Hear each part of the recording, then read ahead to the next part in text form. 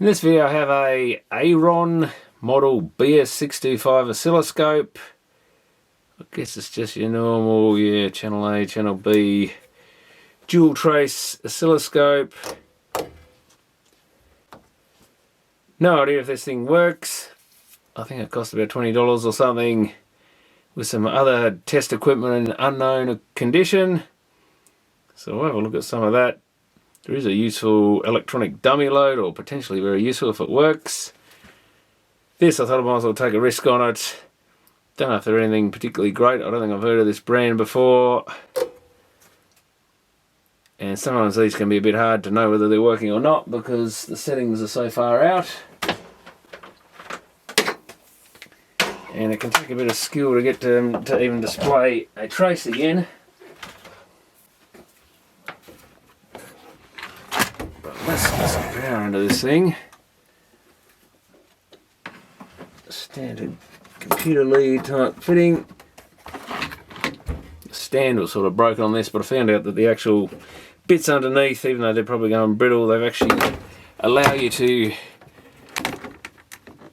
reconnect the stand in the different holes. It's actually got two sets. This is slipping off what I've got it sitting on here just so the camera can see it. Well, we've got power. I didn't realise it's an up-on switch. Sounded a bit like we had some static or something. But where's our intensity, invert, scale illumination? I can't even see that coming on.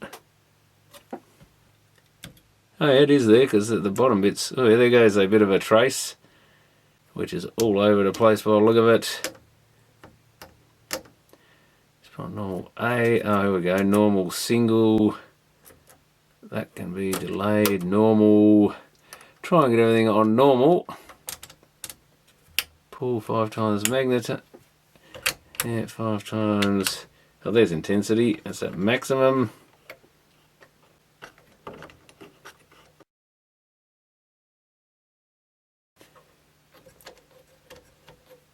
That shouldn't worry anything, but getting the triggering and stuff right is usually the issue. That triggered light is coming up, it's triggered, so I'll be a bit woke with this one.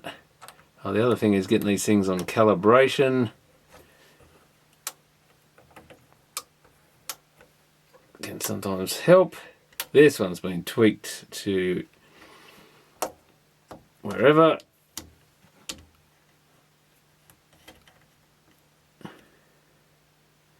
So this is what you often find with them. Someone has tweaked the hell out of them.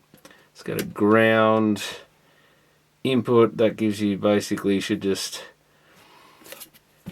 get it. It's not often some weird DC deflection or something off the screen.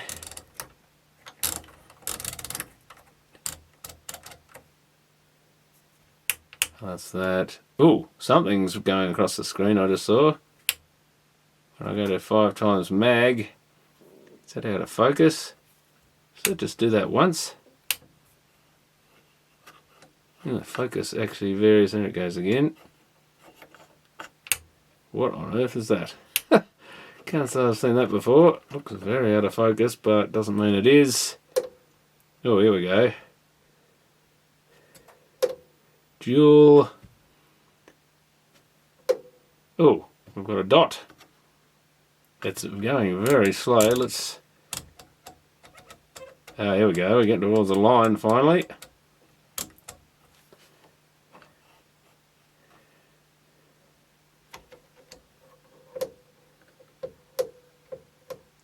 Where's the position?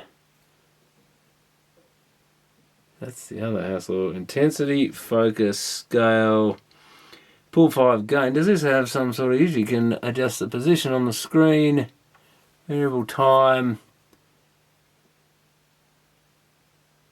variable volts division. Oh, something just happened. Focus, scale illumination.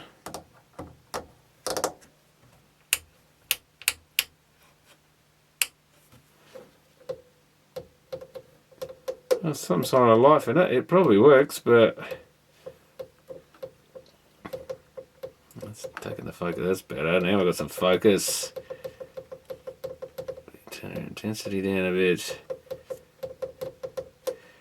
Doesn't mean it is actually working. Ooh. I've got a slow trace there. Maybe the switch is bad. Ooh.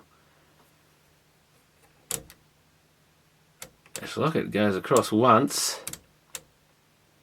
and then it stops. That should be a constant scan, really.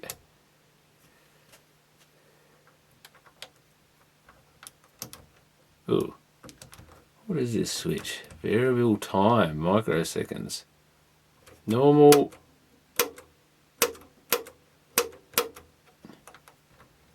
Is this some sort of switch? Just about everything triggers it to do something.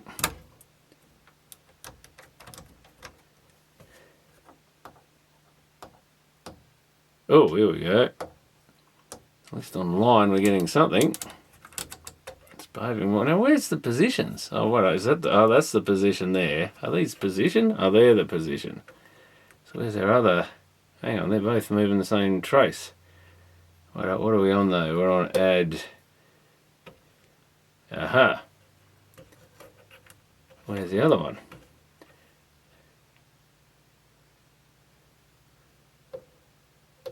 Oh, here's channel A. Well, we're slowly getting there. It's exactly, always seems to be the case with these things. Well, dual doesn't show. Oh, there it is. So that's, oh, I wonder if that switch is a bit dicky. And this is the other problem. How long since it was last used and how much dirt has got in there. Don't know if that'll even get into the switch, but I'm going to get that clean. At least we've got a dual trace now.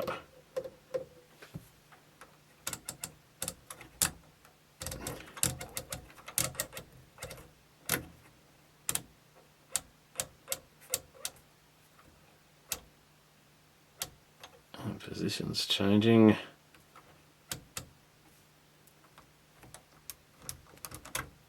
It doesn't seem to take the trace away, that thing.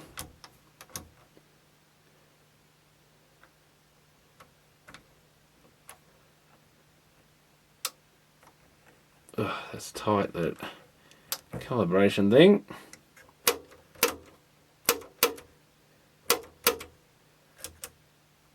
A single reset. So the triggering, that can be something. It's not triggered enough, this one. AC, so it's line external. Well, that's the only position which it seems to want to work. Let's focus spot on. Oh, that intensity makes it go weird. It's not changing the intensity, it's just, well, part of it, not all of it. I don't know what's going on there, and the position just shifted again. So maybe we've got a bunch of dodgy controls, maybe it's something else. That's actually tilted a bit as well, which is not a good sign. Oh, trace rotator, is that what that is? I would assume that's what that does.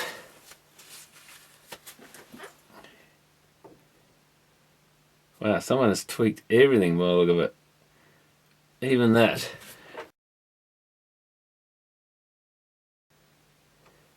That's pretty good. So what we can do is put a crow probe on there and go to its own internal signal.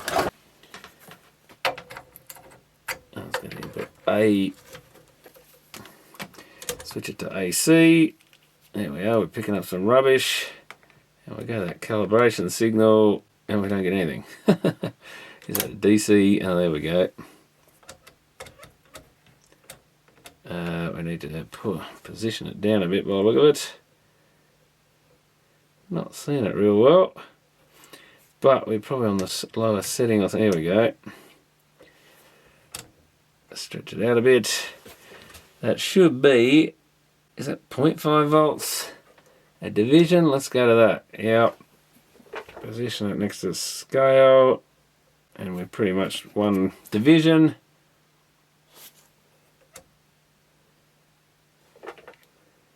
And we can't really tell what frequency it is, but as long as we've got a square wave, HF rejection seems a bit better. It's drifting a little bit. It's still drifting a little bit.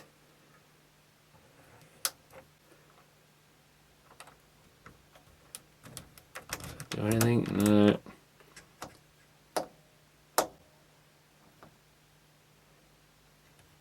Oh, there we can trigger. Oh, there we go. That's better.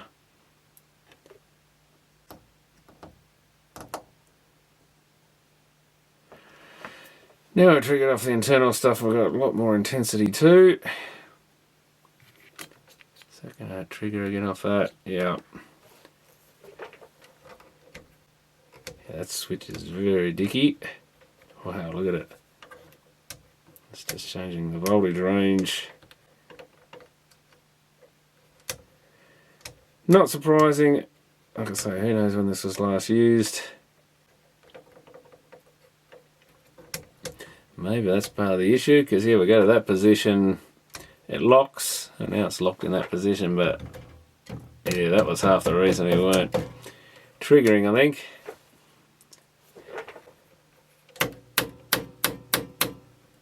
Yeah, switches all need a clean. Oh, invert, that actually swaps that one around. Let's go to, oh, I'll leave that on there. Let's go to input B.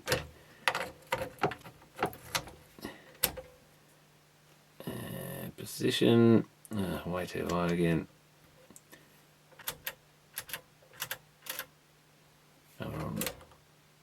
That's AC mode. Oh god, this is all over the place. Both these input switches are dodgy, I think.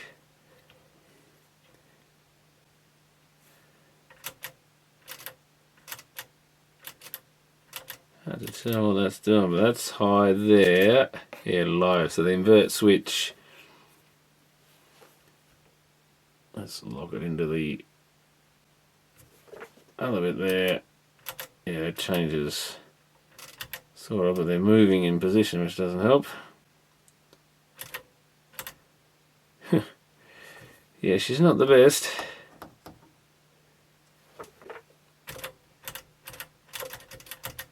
But for some reason it's got a thing to invert the signal. Not sure why you'd want to do that, but can't say I've ever had an oscilloscope with that function.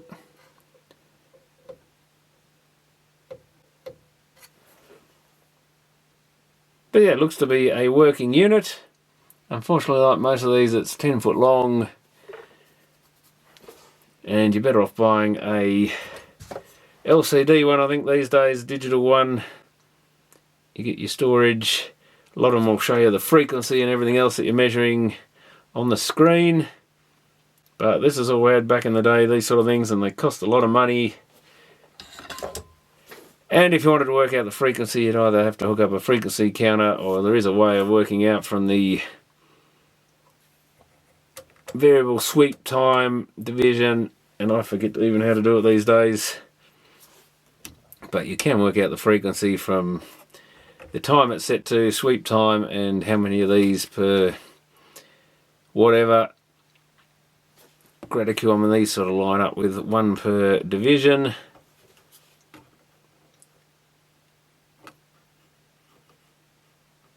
Which is handy, but that's the sort of thing you'd have to do.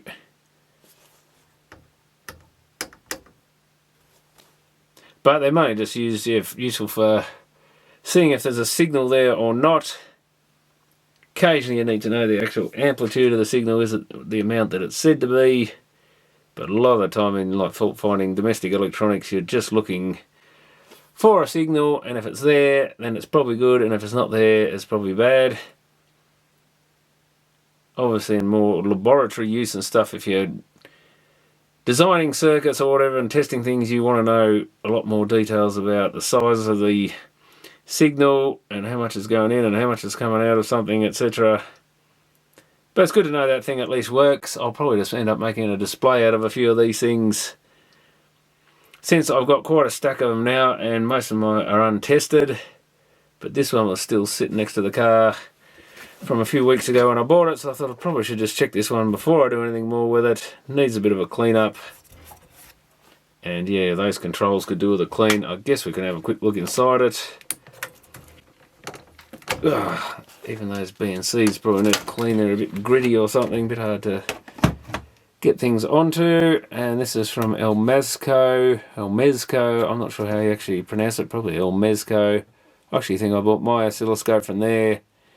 Instruments, they used to advertise in the back of Electronics Australia a lot, so that's the only problem is if you put it there, the stand only folds forward, but at least it stays on there. When I grabbed this thing originally, I was walking away with it to pay for it, and the stand fell off because it was barely attached, and they are full of some sort of dirt. Great. And yeah, I think these might be ex-Telecom or something.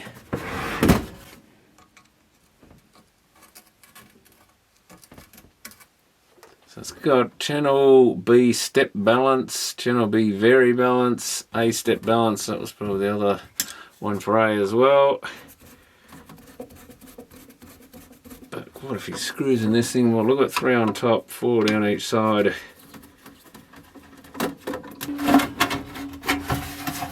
Quite empty in there by the look of it. Oh, there's a nut loose. That's what's floating around in there. Let's just give it a shake out anyway. Not much else in there. Big shield over the tube. Quite a large diameter tube and a long one. Anything in here to say who really made it? Or maybe this is a brand. I don't think I've really heard of them, but going back then there was all sorts of different brands. Shielded board in there. Fuse holder on the back. Not a lot to see. What does it say? Vertical assembly or something? ASSI.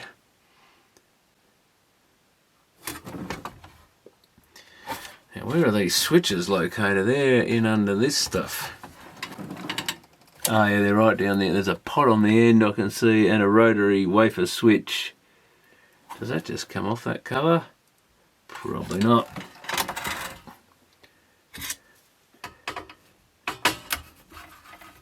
But worth a try. It might be soldered to the board, it might not, that might be something else. Oh, okay, yeah, no, that lifts up. Oh, there's another shield under there. So yeah, 15K pot, and there's your rotary switch. Is there more further forward? I think there's another rotary encoder under this metal box, looking at the amount of... Oh, there's a whole bunch of little adjustment pots on it. Or trim caps or something, shouldn't say pots. Some sort of adjustables, but the fact there's another wafer switch looking thing there suggests you need to open that up, but I guess the stuff that's hidden away probably doesn't get so dirty, who knows. Can we get into that pot?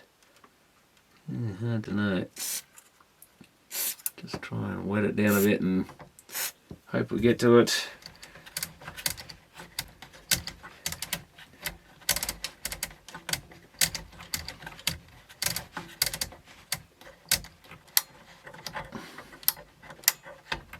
Could have been that pot that was playing up. I'm not sure what tapping on it was affecting.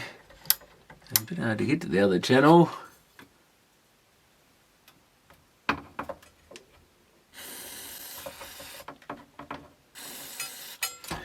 Just give everything a squirt and hope for the best, I think.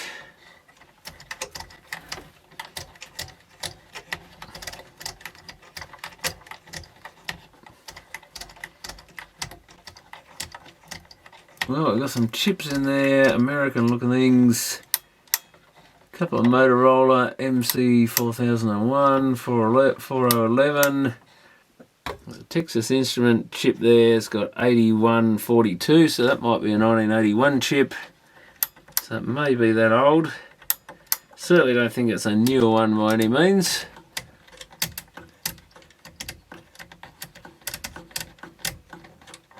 would have loved to have this in 1981. It would have been a very expensive bit of kit back then. Maybe we'll do what we can of this other switch here. Our time-based switch.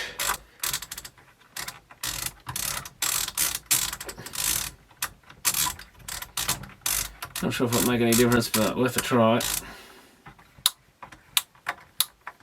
Yeah, that's very stiff for some reason. Don't know if that's the pot or the switch. And I don't know how to find out, but I'm guessing that pot, the grease is probably dried in the shaft. Don't know if I can get something in there, or whether it's even worth trying to get something in there.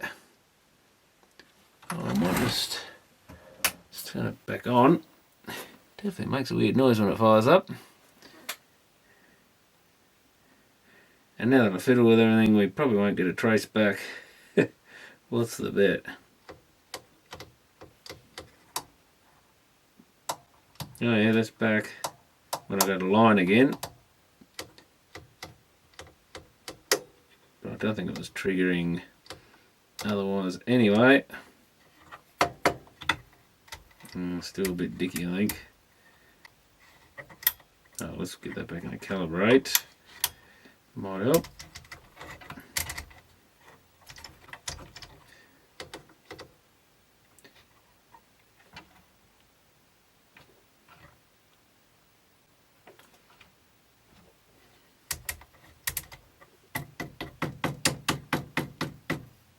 Still a bit dodgy, I think. Maybe not as bad as before.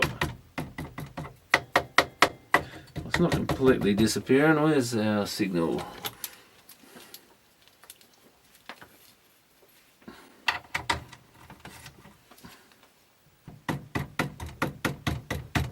Not as dodgy as before, but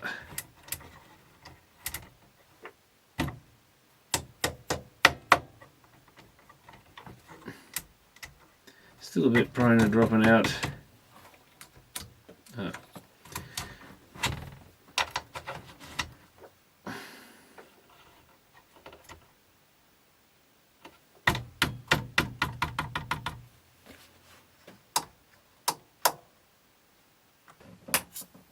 There it goes. So you can hear the EHT kick up on this thing.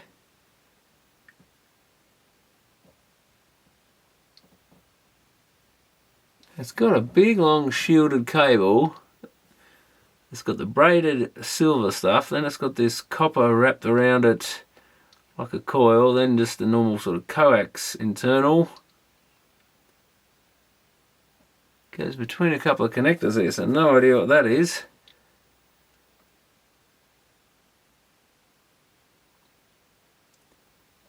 But yeah, we've got an EHT lead runs down there. Tube socket on the back. There's at least one deflection there with two little transistors. I would assume is the vertical. I'm not sure where the other yoke connections are, but there's some wires coming up under there. Is that it? Maybe does it go up under this cover? Oh, even that's making it. Wow. Holy. Wow, that makes the image go stupid. Oh yeah, wow.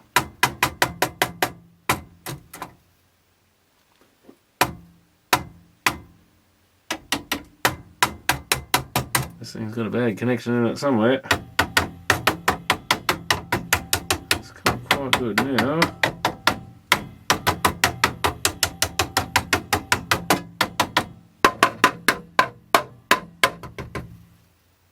Oh, something's making a burning sound almost.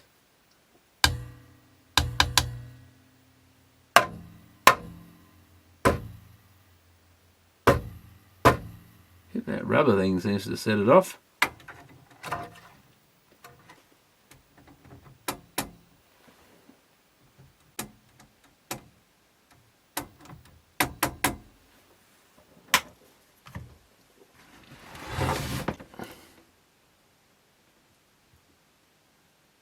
Definitely hot resistors there, but I'm not sure they're dry jointed.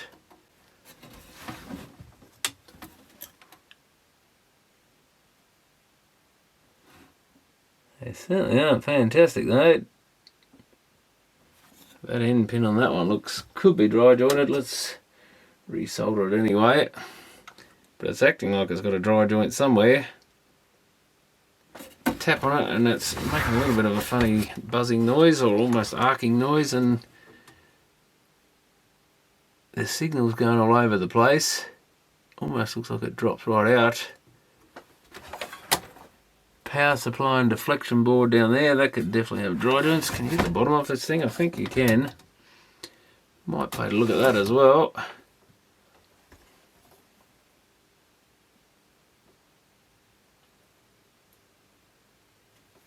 Bloody joint right there. That is dry if ever I saw a dry joint, I think. Where is that? That's on that big earth trace. That's as dry as they come. But there's a joint. That one there, I think it is as dry as, there's a big ring around it. Surprised I can't push the component in and out. And there was another one, I think one of these ones. And yeah, these cooked ones over here. If they've been that hot, never a good sign. Whether any of them are actually bad is not necessarily the case, but that definitely wanted soldering. I think it was one of these. At least they're taking the solder nicely. And yeah, that one over there is definitely not looking great. Yeah, look at that. That one, that was crystalline solder if ever I've seen it.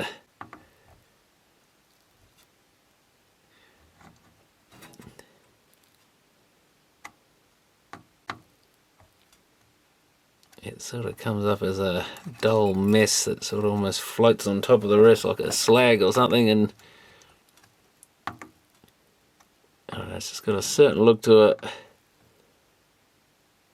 which means it's sort of broken up into sort of crystal stuff, and that's what proper dry joints are made out of. Sort of proper fractured. It's not just a fracture around the lead, it's a proper, the whole solder's fractured within itself sort of thing.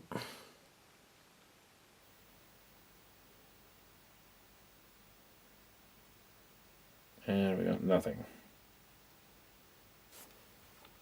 Oh, there it is, it's finally come up. Pretty slow to warm up tube. Not just as bad as before.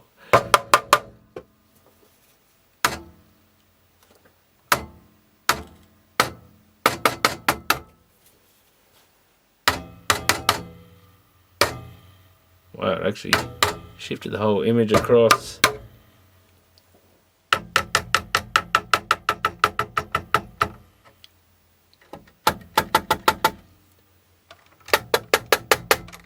Risk of doing that is you actually blow something.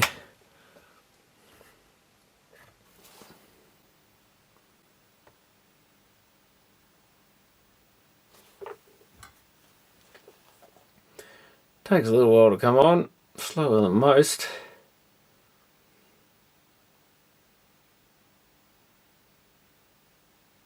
Or do I have to tweak it? I think it's just very slow to come on. Oh, it's being exceptionally slow now. Uh-oh, I think I broke it. Oh yeah, it's gone right out of focus. Oh, look at this. So, ooh. What is making that noise? Oh, it stopped. I hope I didn't blow something. Something squealing in there. That's what it was doing, I think, when I first switched it on. This does have an issue. But once it did come up with the image, it was there, but it would just sort of flicker and carry on. But now it's right out of focus and stuff. It sounded more like a horizontal or power supply issue.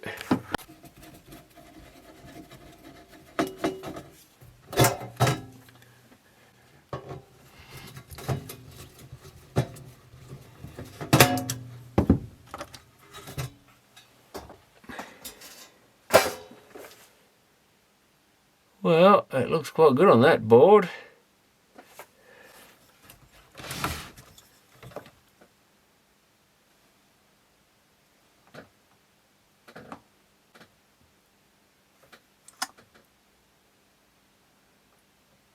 It does look quite good.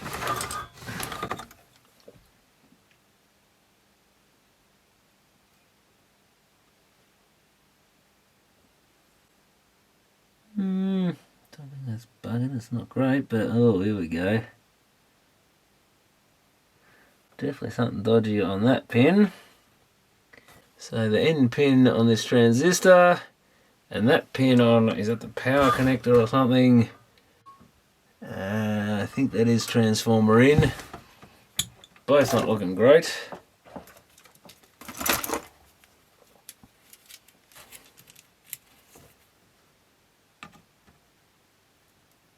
Yeah, pretty sure that was dry. Definitely had a crack right around it. And a bit of stuff bubbled up through it when I soldered it. I do the whole pair of these transistors every pin. If one's gone, the rest aren't far behind usually.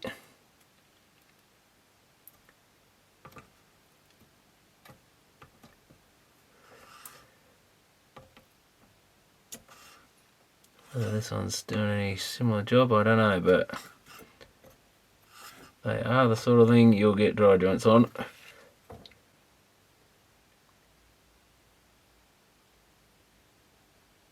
What's this connector here? Doesn't look the best. Yeah, maybe that end pin. Oh yeah, that wasn't the best either. That could be going up to the tube or deflection or something. Let's just redo the lot of it. And of course these are a portable device, so they get moved around and flexed about and stuff, so that can cause issues. Anything that gets moved around a lot tends to be more prone to dry joints. And I think this connector here could do, I think this end pin here is a bit dodgy. Yeah, I don't think that was great. Might be worth redoing the whole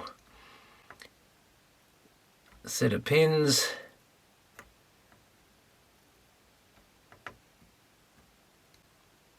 That one didn't look the best.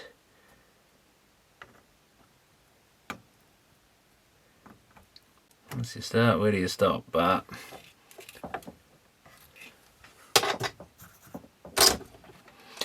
let's see if that makes the slightest difference.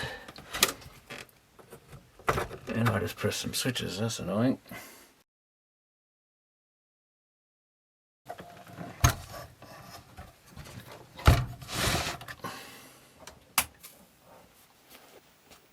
Well, it's still no good.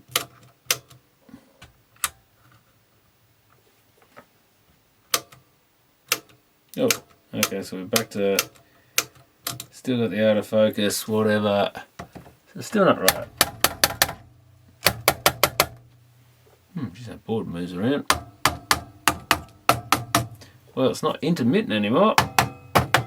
It's permanent.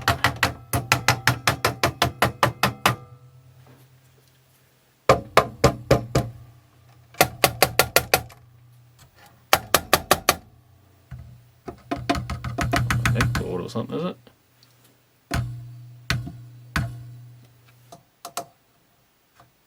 Triggered, so yes, that's triggering. Put it back on the line. Oh great, so I've fixed one issue and I've created another.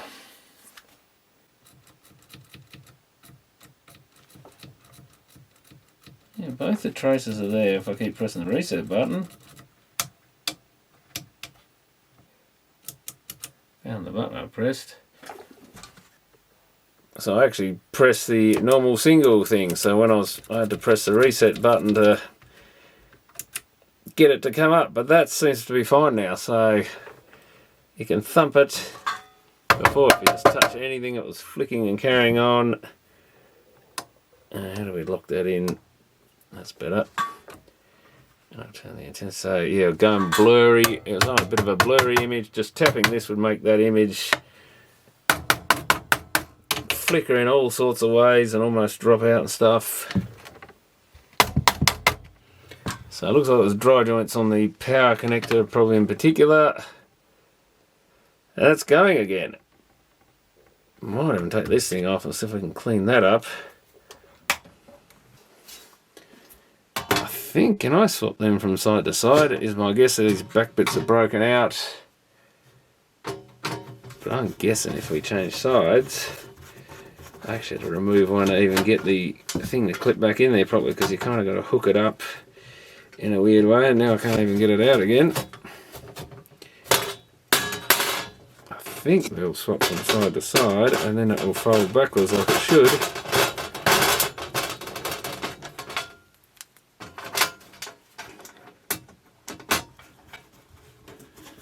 Which would be nice.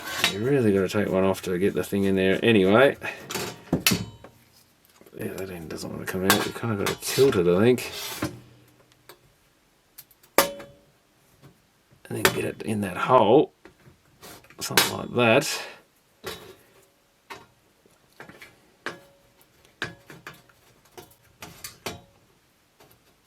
Something it won't let you do when you're actually back together.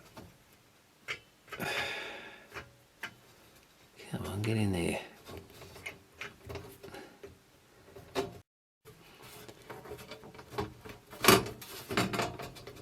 That's it. And then we're going to try and tilt it to get it in there, which makes it a bit difficult. Well, at least that'll be fixed as well then.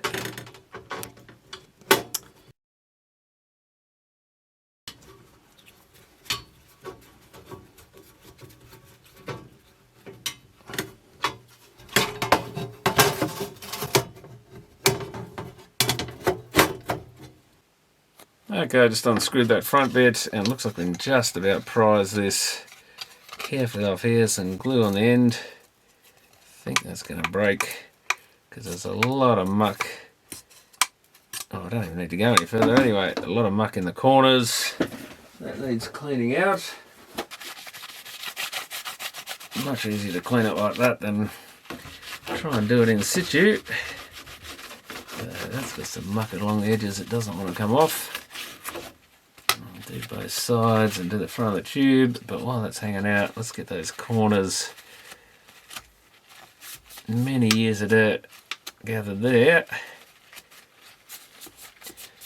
And I was thinking it's possible someone tweaked all the adjustments on the front of this thing, trying to get it to work the same sort of way I did, except I was trying to get them where they should go, not the opposite. But maybe because it had that dodgy image or no image coming up because it's, I don't know, it's going kind of out of focus and off the screen. So it could be the reason they were messed around with.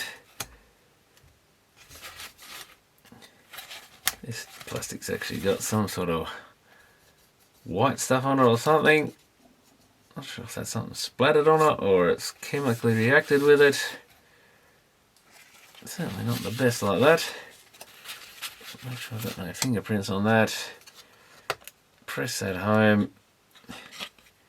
We got something going down there. That's damage, I think. Oh well, we're not going to get it perfect, no doubt, but give the front of the tube a quick clean. And I guess we can start down the front panel while that's off as well. Got a nice bit of dirt along the front ridge here, and while that plastic's off we can get to the edges around that.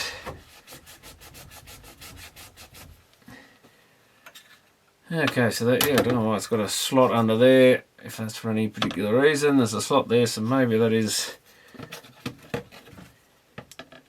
for some sort of slide-on device. The only thing I can think they ever might have had was a camera attachment or something, so you could project them or something for demonstration use in like a lecture theatre or something, but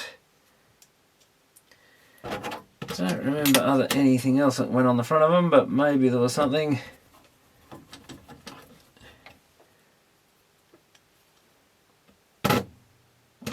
longer screws, and I've put one in the bottom, haven't I? So the longer screws were on the top where the badge goes by the look of it. Didn't even notice there were two lengths. Yeah, longer screws up there. And that's been bent a bit. There's a couple of nicks in the aluminium, so she's had a bit of a hard life.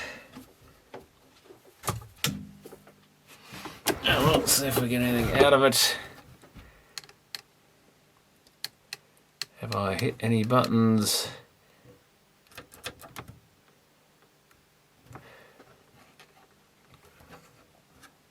I've probably bumped a few.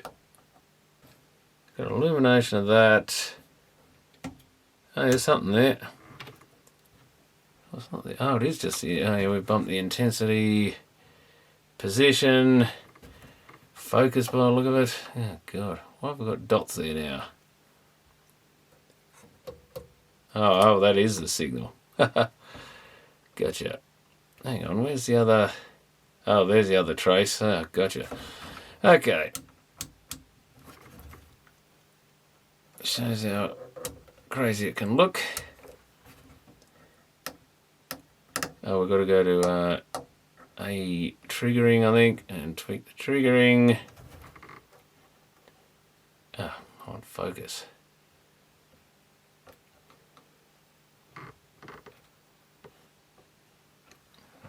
But yeah, that's working. You get a little bit of a flick there when you thump it, but